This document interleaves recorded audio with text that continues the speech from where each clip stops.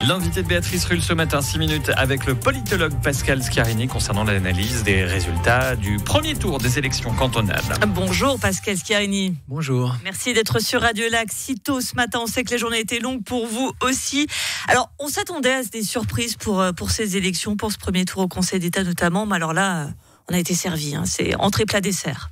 Effectivement, c'est toujours un plaisir, mais un grand défi de commenter les résultats des élections à Genève parce que c'est toujours assez surprenant. Mais cette fois-ci, c'est vrai que c'était particulièrement surprenant. Le PLR qui tient sa championne en la personne de Nathalie Fontanelle à 2 doigts d'être élue au premier tour. Elle emmène avec elle dans son sillage Anne Hiltpold qui finit à une surprenante 4e place. Oui, absolument. C'est très, très bien résumé. Je crois que Mme Fontanet a bénéficié de son statut de sortante et de son bon bilan.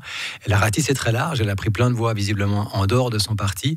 Et elle a emmené dans son sillage sa colistière, Mme Hiltpold. Alors, qui fait une très bonne élection. Le PLR qui a bien fonctionné et l'alternative aussi, puisque finalement, et ça c'est assez rare, ces 4 candidats, dont une novice au Conseil d'État, à savoir Caroline Cast, sont dans les 7 premières places.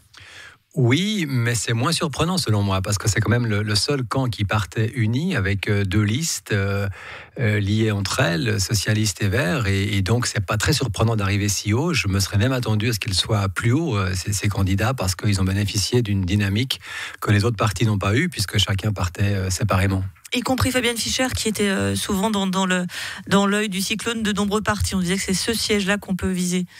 Oui, mais on peut imaginer qu'elle a bénéficié des voix surtout de son propre camp, et même si elle est critiquée à l'extérieur, son camp l'apprécie. Et je pense que c'est ce qui explique qu'elle n'a pas décroché. Elle n'a pas non plus fait un score extrêmement brillant, mais elle a bien réussi, c'est vrai. Allez, on aura attendu 1 minute 30. Il est de retour. Pierre Maudet. Oui, et ce qui est assez spectaculaire, c'est pas seulement... Ça me fait soupirer d'ailleurs. Oui, ça me fait soupirer parce que ça reste un peu incompréhensible pour moi que quelqu'un qui est condamné par le tribunal fédéral, qui a menti à plusieurs reprises à la population, fasse un tel score. Ça me surprendra quand même longuement, je pense. Cela dit, c'est une bête politique qui sait faire campagne, et ce qui est remarquable dans son élection, c'est pas seulement son score au Conseil d'État, mais c'est surtout peut-être le fait qu'il ait réussi à tirer sa liste au Grand Conseil au-delà du quorum. C'est ce que je vais vous dire. 10 députés liberté et justice sociale, qui l'eût cru, c'est un peu le casse du siècle.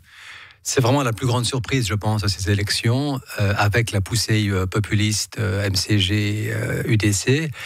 Personne, je crois, ou très peu de monde en tout cas, voyait Pierre Maudet et sa liste capable du premier coup de franchir le quorum des 7%, surtout dans un contexte si compétitif, si concurrentiel, avec beaucoup de partis qui se présentaient et surtout beaucoup de monde à droite.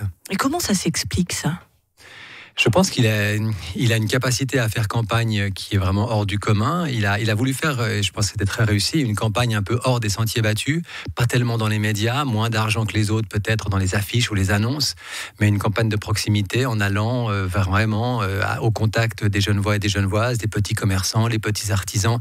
Il s'est fait un réseau qui à son tour a fait campagne pour lui, et comme ça, par diffusion, par dissémination, ça a bien fonctionné et les gens se sont mobilisés. Vous l'évoquiez à l'instant, l'autre enseignement de ces élections, et on va parler du Grand Conseil, c'est ce virage à droite toute, MCG, UDC en très forte progression. Oui, et puis si on ajoute la liste Maudet, qui quand même était positionnée aussi comme une liste de protestation pour défendre ceux qu'on n'entend pas ou qui sont maltraités par la République, pas forcément des gens de droite populistes, c'était pas un discours anti-étranger, mais c'était un discours quand même contestataire, protestataire. C'est quand même les 3 listes qui ont le plus progressé, c'est ce vote des mécontents. Et ça aussi, c'est un peu surprenant parce qu'on a l'impression qu'on vit dans une République qui fonctionne très mal. En réalité, ça se passe plutôt bien à Genève. Certes, il y a des problèmes, il y a le logement, il y a la mobilité, mais en termes de chômage, de croissance économique, de finances, il n'y a pas tellement de soucis dans ce canton. Vous venez de le dire, des partis contestataires. Est-ce que ça veut dire que le Grand Conseil qui s'annonce va être particulièrement bouillant, voire ingérable ? Du point de vue de la gouvernabilité, ça va être très compliqué. On a désormais le système de partis le plus fragmenté de Suisse. Certes, on a 7 partis comme avant, mais il y a 7 petits partis, on pourrait dire. Il n'y a plus un seul grand parti, éventuellement le PLR, mais qui a quand même perdu pas mal de plumes. Et donc, ça veut dire que La configuration des alliances devra se faire et se refaire à chaque tour, à chaque vote, sur chaque objet. Ça laisse augurer d'une législature qui sera compliquée. Les alliances, venons-en, on vient de le dire. Donc on a un grand conseil très à droite, mais là, à l'heure actuelle, si le Conseil d'État s'arrêtait au premier tour, il serait à gauche. Bon, alors forcément la question c'est, est-ce que cette grande alliance de droite va enfin se faire ou bien c'est une chimère ? Alors l'alliance à droite, je crois qu'elle est indispensable si la droite veut reconquérir la majorité au Conseil d'État. Maintenant, la grande question, c'est quelle alliance ? Et là, vous prenez ça par n'importe quel bout, ça paraît incohérent. Si une alliance large du centre à l'UDC serait contraire à tout ce que le centre a dit jusqu'à maintenant, une alliance PLR, le centre, serait pas suffisante pour obtenir la majorité. Est-ce qu'il faut écarter le centre pour avoir une alliance PLR, MCG, UDC, peut-être, mais là, ça ne va pas plaire non plus à l'électorat un peu plus modéré du PLR. Donc, quel que soit le cas de figure, j'ai l'impression que cette alliance, elle aura un problème. Vous évoquiez le centre rapidement, c'est aussi l'un des grands perdants. Beaucoup de sièges en moins au Grand Conseil. C'est le dernier parti représenté au Grand Conseil. Et alors, ces deux candidats ne font pas partie des 7 au Conseil d'État. Il perdrait son siège. Qu'est-ce qui s'est passé avec ce centre, mis à part qu'il a changé de nom ?